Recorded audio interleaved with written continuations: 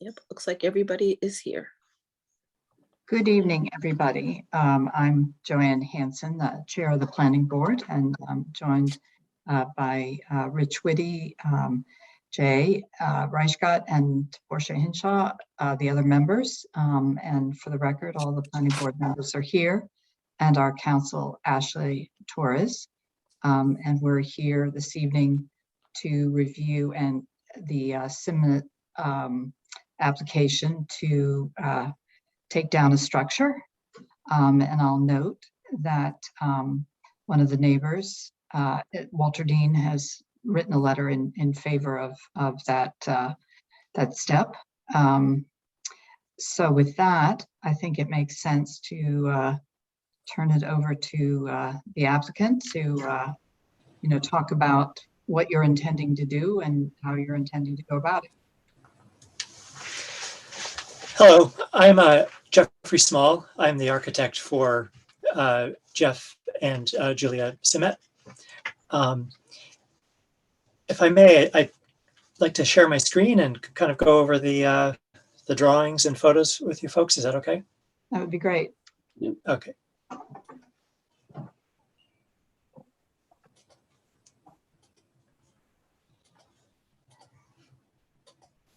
Okay. Can everyone see this okay?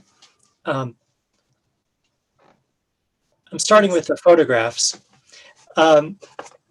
This is a view of the front of the existing building. The building was built around 1900 or so, originally as a carriage house. Around the, I don't know, the 70s or 80s, it was converted to a residence. And then in 2010, the building was gutted by a previous owner in anticipation of an extensive renovation. That renovation never happened, and so the building sort of stood in this kind of gutted form for quite some time, until a few years ago, when Jeffrey and Julia purchased the property, intending to build a new house.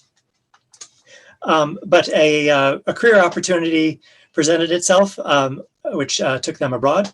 And so their plans to build a new house were kind of temporarily interrupted.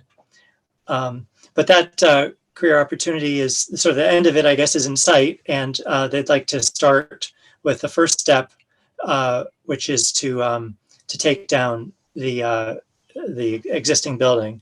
It's really, because it's been open to the weather for so long, it's really in tough shape. So there's probably not much more that can be done. The scope of the project is really to remove everything above the first floor level, which is, this is right here, the garage floor level is basically everything will come down to that point. So all of this material will go. We will save and preserve the rafter tails, or as many as we can that are in good enough shape. Some of these eyebrow windows, again, the ones that are in good shape.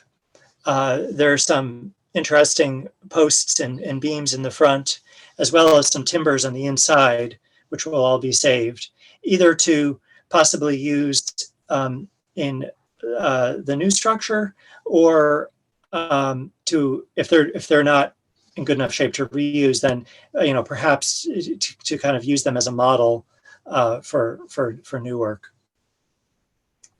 I'll just kind of go through the views here.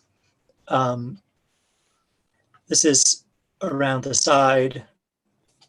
This is in the back. And then this is in the back. And here you can see some, really nice stonework at the existing foundation wall. So we're going to preserve this foundation wall and reuse it. It's in good shape, and its original fabric, and it's really got terrific character. So, whoops. Sorry.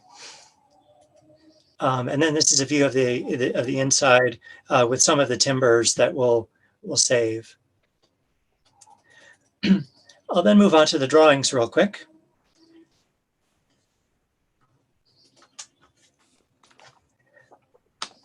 So this is the site.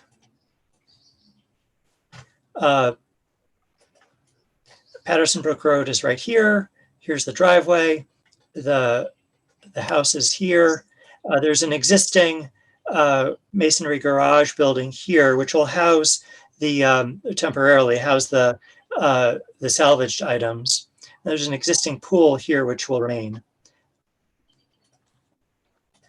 And these are the basically the demolition plan, the plan of each level, most of which will get removed. So this detail, I think, will show some of what will show what we're doing. This is the kind of the line of the first floor, and then everything above it gets removed. Because we want to preserve the foundation wall, we'd like to kind of make sure that it's well braced in the interim. So we're going to keep the first floor structure intact for the time being, and then put kind of like a weatherproof cap on it, as if you will. So essentially, if I go back to the photograph, from the front, it'll come down to this level, so you won't really see anything above it. From the back, it'll come to this level, and then there'll be like a platform at this level, which will be protected from the weather, and for creatures and that kind of thing. So I think that's pretty much it. Whoops. Jeff, did I catch everything? Is there anything that jumps out at you? No, it's pretty straightforward. Yeah. Are there any questions from the board? So is there a basement now? There's an Or a existing crawl space? Yes, for most of it has a crawl space. There's a small area with a basement. So that will all be enclosed by this deck, really. Now, it's probably most of the first floor structure is not in good enough shape to really save. It's really in bad shape. So, but and I think for the future building, they'll want to have good access to the crawl space. And so forth. But for now, I think it makes sense to sort of make a stable platform that's weatherproof that kind of encloses the foundation wall, just so that it's not that foundation wall isn't like flapping in the breeze, if you will. That it's Right. kind of covered and protected. Well, harking back to my childhood, I certainly got into basements of abandoned Oh, things. So that's right, really, sure. animals or curious children, or so you feel that this is going to be sufficiently This will be a secure tight envelope. Yes. that Yeah. So you can't access it. the only access point will be from. I'll go back to. I'll share my screen again if that's all right.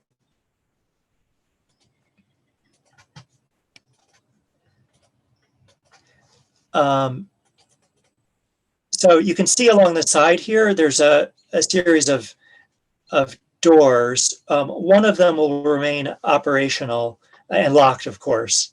The rest will be all boarded up. All the basement windows will be boarded up. Some of them are still sort of open. You can see that one has been opened, I guess. And the platform itself will be totally sealed up. So Jay, other folks, would you like to ask questions? Excuse me. Yeah, I have a few questions and comments. Sure.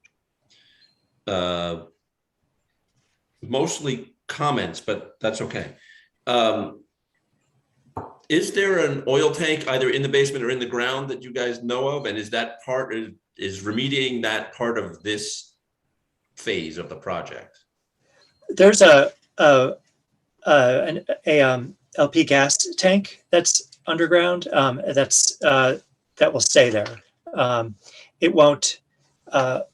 It's as you're facing the garage door, it's to the left, and there's a shutoff valve which is there, and it's been shut off.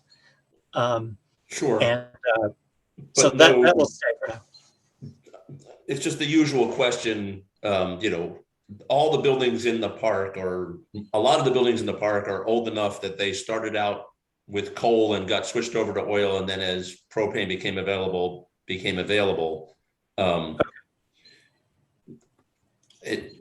I'd say that as part of what you're doing, you might want to, if you haven't done it yet, you might want to see if there's one hiding someplace. That's a good point. I'm not aware of one, but we should look. Right.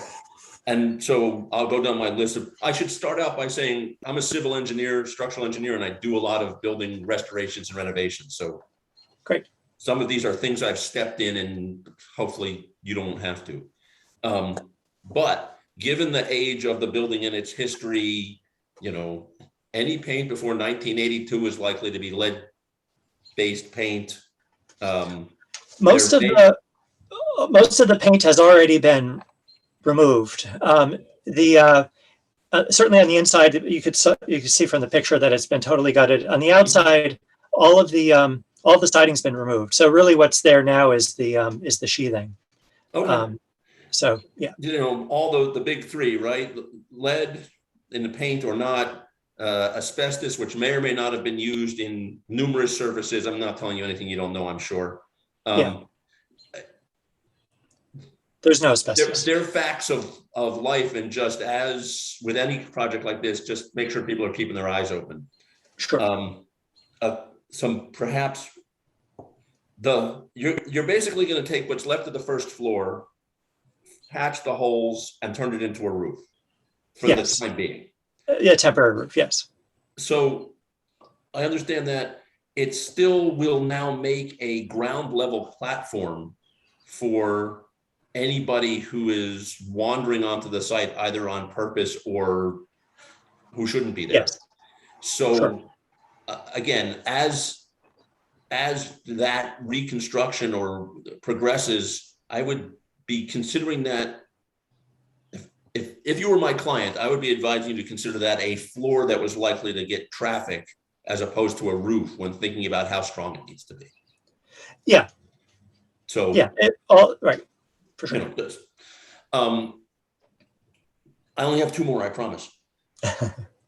Closing up all the windows is great, except you want to make sure that you keep ventilation in that space, or when you do finally open it for reconstruction, you will have all kinds of pretty mushrooms growing in there. So again, if you were my client, I would advise you to get some ways to get cross ventilation into the basement space while it's closed. Okay. And the last one is, obviously, this is the first phase of a later reconstruction project. I'm Yes. assuming that people aren't going to decide that they're going to live in the basement and never do anything else. Do you have any idea what the phasing of that is? Or, I mean, this will happen say in the next several months. And then we'll be seeing you this time next year with plans for reconstruction, or you don't know where you are with that yet? Jeffrey might be able to answer that better than me. But yes, I think you've sketched it out pretty well. I think when they return from England, I think we'll begin planning the new house. So okay, so we're going to be expecting this to be in this condition for some time. yes, yeah, for a while, but not as long as it's been. Right, in the current I state. understand. Yeah. And again, okay, that's all I've got. Thank you. Sure.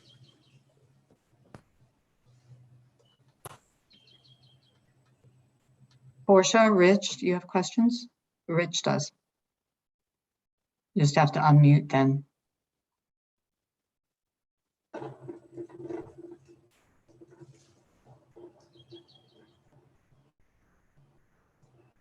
You have 8 acres plus, Yes. and is the water table sufficient for a basement or not? That's a good question. The basement looks fairly dry. There's a sort of wetland area not far away. Um, uh, you know, it's hard to say why they didn't build a full basement. Probably because it was a carriage house and they really didn't need a full basement, I'm guessing. But yeah, not really sure. Okay, because I remember that behind it, I think is sort of a pond and a swamp all together. Well, in sort of as you're facing the front of the building to the right, Yes. there's a wetland area. I think the back, with heavy rain, can get some water, but it's not really. There's no pond back there. There's no, I mean, if I can jump in, Sure. there's on the area, the land area where the house is, there's no collection of water. Where the lower garage, that separated garage, that's cinder block building to the right, on the level where the marshy part is, that gets some settled water, but quite honestly, it only started getting that since John, if you remember when that water main blew up a few years ago in the driveway. Since that happened, there's been more water down there on occasion, but near the house, there's not. It's just the way, if you look at the drawings of the property, it's sort of a tiered piece of property. From the left, it's the highest. Well, all the way to the left, it's the lowest. Then it goes up.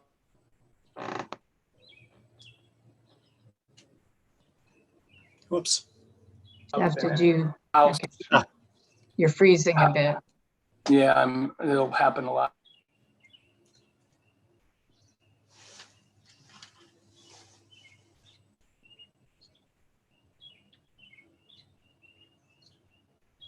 Well, if you can hear us, if If I keep talking.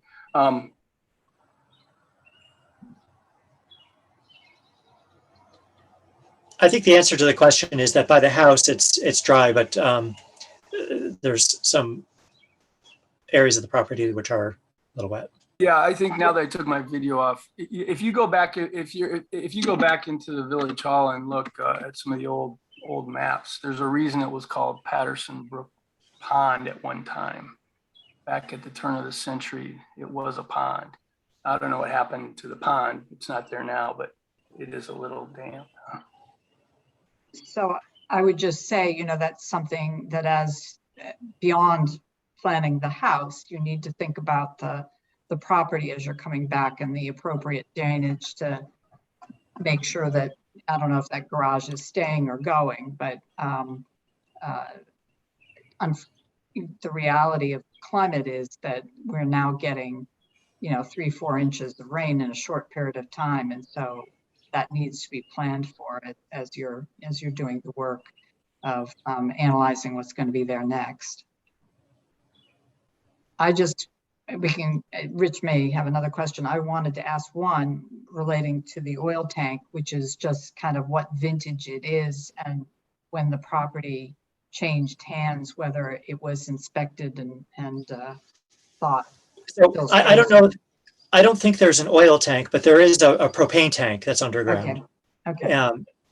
Same question then. Yeah, it's not brand new, but it's not terribly old either. It's hard for me to really say, but it's, I don't know how old it is. Yeah, When did so someone last live there? 2009, 2010. Certainly something to add to your list of investigations when you're getting ready to do the next phase. Right. I mean, It may have been investigated at closing when they purchased the property, but you want to make sure that it's functional, no leaks, all that good Right. sort of stuff. Rich, I'm sorry, did you have any additional questions? No, I just wanted to make sure that, it's better to take care of water problems at the beginning than later. Yeah, well, we've all had to adapt over the last few years Yeah. as the water flows have increased. So we also have a short environmental assessment form. Jay's eagle eyes spotted that 13B was missing, but that's been added now. Yeah. Thank you. Sorry about that. It happens. I read these things for a living, so it's really easy to see when No, I it appreciate doesn't look right. Ashley, I don't know if you have any comments regarding it, or does anybody have any questions about it? Jay obviously gave it the thorough review, as did I. Well, not as quite as thorough, but I certainly read through it. I don't know if hopefully everyone else did. So Ashley, do we just need to, So for purposes of seeker, this would be considered a type 2 action because you're looking at the demolition in the context that they will be building the new single home. So you could do a motion to classify as a type 2 action, but the village code provision requires you to review the EAF. So that's why that had to be submitted.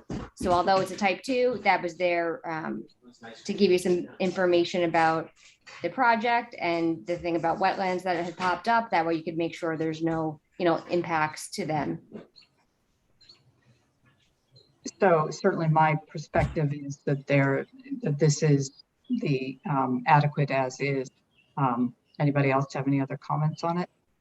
So Ashley, do we just, do we adopt it, acknowledge it? You can just, someone can make a motion to classify the action as a type 2 action under seeker, and that'll then complete your environmental review. Can I have that motion? I'll make that motion, and yes. And I'll second I'll it. second it. Okay. Do we need to vote on it, or that's sufficiently that we've had the motion? If you could take a vote on that as well. All right, and all in favor? Aye. We have unanimous in favor. Chairwoman Hanson, just to note, there is one neighbor who's on the call who would like to speak, Andy Kranz. Yes, hi, I saw you pop in there. Hi, I just didn't know if this was a public comment moment or if it was a board moment. So if I can speak now, great. Otherwise, I'm happy to hold off until you all are ready. No, I think we've covered most of the ground. Okay. And Perfect. do you all know each other? I mean, No, Andy, I was going to say, this is Jeff. It's great to meet you in a funny format, but we bought 18 Patterson Brook Road in 2020, and my partner and I have been living here full time since then. And so we're really excited to see that you all are taking an interest back in the property, and what will be done with it. I'm happy to hear that there's going to be some preservation or at least attempted preservation of some of those original architectural elements. I think it was originally the kennels for all of this, including Howard Shore's property, was all part of the Ledgelands estate originally. And so we're in what was the carriage house. I think this was the kennels, which were actually quite famous for chow chows. There are still the Ledgelands chow chow that goes through the AKC. And there's a lot of documentation from that time period covering Mrs. Wagstaff and her kennels that were quite advanced. So I'm excited that there's going to be some element of trying to hold on to some of those original elements and that stonework. It's really great to hear. I did want to speak on the water element. So we've just in the benefit of living here over the past 2 years now, we've seen what happens there. The property, the whole parcel sits at the bottom of what comes down off of Camp Comfort Road. And so with those rapid storms that you were referring to, Joanne, there is significant accumulation of water on the site. And we've actually had an issue with this repeatedly with mosquitoes, both in, the pool cover ends up becoming like a full-fledged environment with flora and fauna and palm fronds and all sorts of things. But this also happens, it's not, the marshland typically looks like it naturally absorbs it. Maybe that's just the wetland environment. Where it's problematic and there tends to be standing water for long periods of time are just beneath the current building envelope on the driveway. There's a tree and a bit of a roundabout, and a tremendous amount of water sits there and does not drain.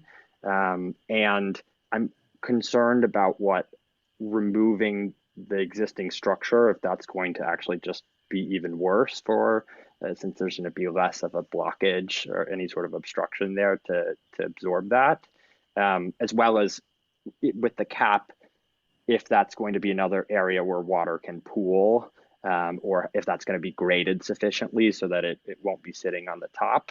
But we see significant water there, significant water running off onto the pool and that area, and then as well as even back to the sort of terraced gardens that are just over the rock behind me, I think actually is very, very wet. And so I would think, I don't know the full implications on wetlands or anything of that, or what the water table needs are for a basement, but that has been in our time living here. It's obviously great to think about having a repaired structure on that parcel from a view shed perspective, but the major concern we have had has been around drainage and if you actually review,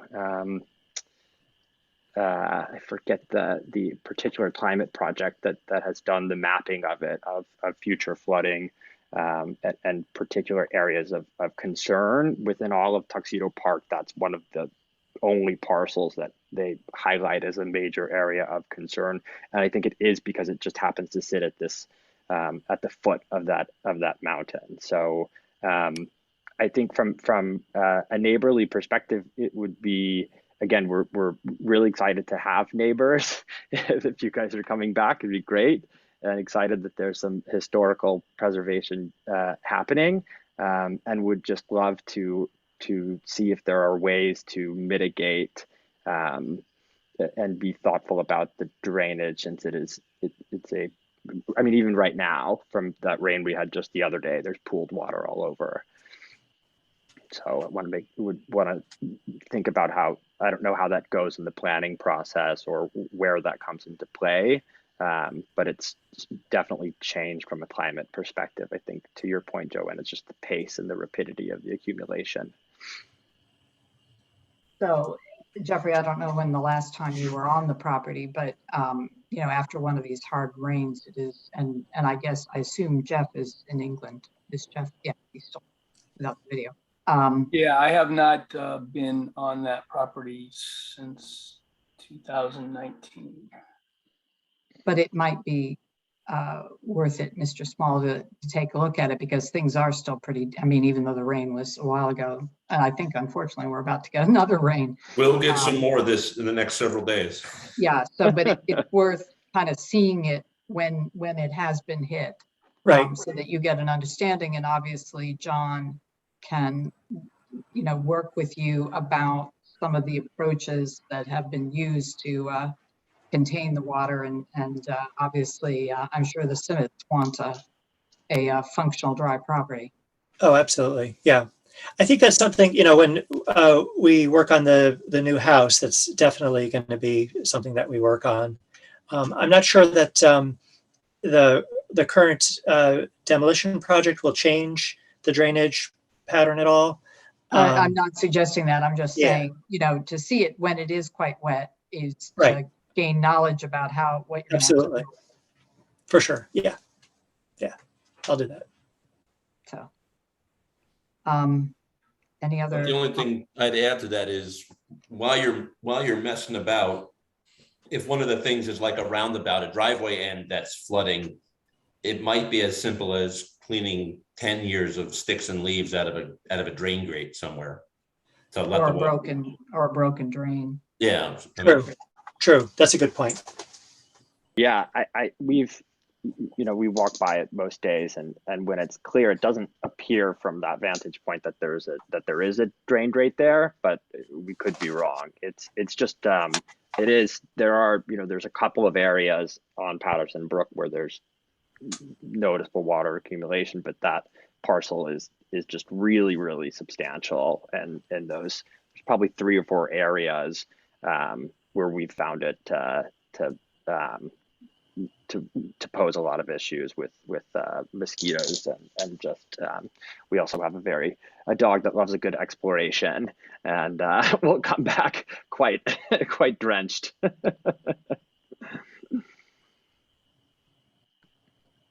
So I believe is everybody asked their questions relating to the demolition?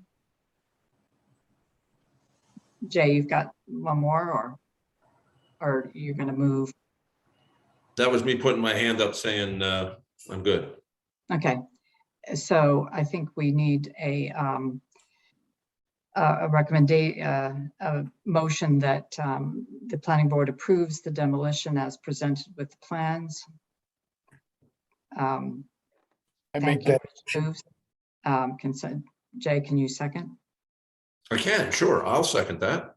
Super. All right. Everyone in favor of approving the demolition permit? Aye. And that's unanimous. So I think we are set on that. We need to approve one set of minutes. So I don't think the rest of you all need to stay for that exciting activity. Andy, nice to meet you over the internet. As it is, yeah, great to meet you as well. And Jeff, I hope to don't know how often you guys are getting back here, but would be great to meet you and your wife when you're around. Now that COVID hopefully is passed, we have plans to get back several times. We just reactivated our club membership, so we'll be Amazing. got to make that worthwhile. Awesome. Well, super. Does anybody, so I'm going to let everyone else drop out. Does anybody, Thanks, I know that everyone. Jay said he did Thank you not. very much. Thank you. Good evening. Thanks.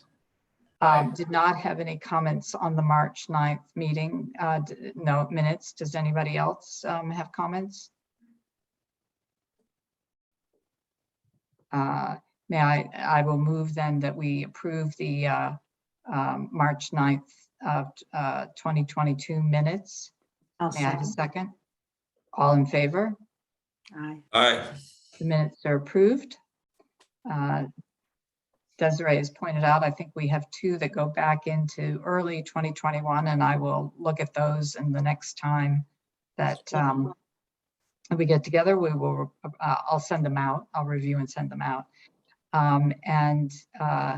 Ashley, I think everybody's met Ashley, right? Over the course of the years. And so Ashley is continuing in her assistance to us as our counsel. Yes, glad to be doing so. Good to see everyone. It's been a little bit. Yeah, sort of in and out. So I don't, is there anything else, is John, that we need? Will we be back in person for meetings after? I believe the state is going to require us, well, I think they pushed it out to what, June 15th? Oh, okay. So it's Was been, that- there was a recent, as part of the budget process, the legislature adopted a bill where and it was signed by the governor, where they're changing the whole virtual meeting process. And now it's going to require a local law by the village board in order to be able to have virtual meetings. And then even so, there's going to be limited circumstances where you're able to do so. So it would have to be, they call it extraordinary circumstances, whether someone's ill or to actually allow a board member to participate virtually. So they're making it a little more difficult, but there is this 60-day grace period where through June 8th, I believe it is, you'll be able to have virtual if, I don't know if anything's going to come up for this board, but Well, I've reached out to they independently received at the village board. I've also pointed out that some of our board members go away for the winter, which, so they are not physically here, so they're going to have to be remote. And mentioned that to David.